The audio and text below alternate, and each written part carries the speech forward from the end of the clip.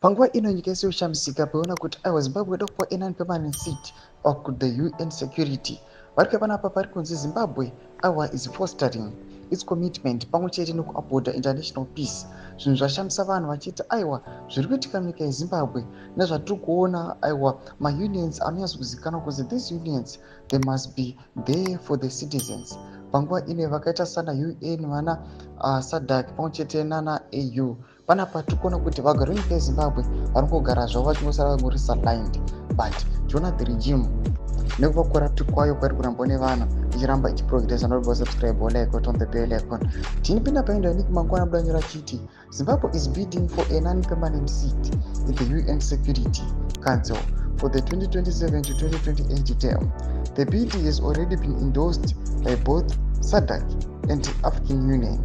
It will be officially launched by His Excellency the President Dr. Mnangagwa in Harare and in New York during the 80th session of UNGA in September 2025. The outcome will be the reaffirmation of the country's commitment to upholding international peace and security, as well as the generation of international goodwill towards the country.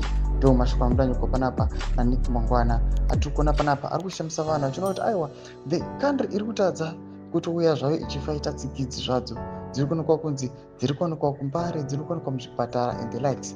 Panapa ndo pari kuonekwa kunzi aiwa nyika iri kunzi yoda kupiwa aiwa kuti inge iri kuupholda international peace and security panapa ku the United Nations. Chitiko chiri kuonekwa panapa vanhu vachichikondemba vachikuti aiwa nyika yeZimbabwe aiwa vanenge vakatukwa vatiri kuona each and every day.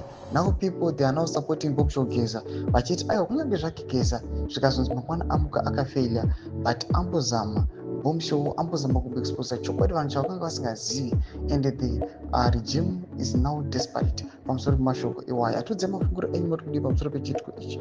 Nakomai section medu mafunguro enyu, subscribe or like, turn on the bell.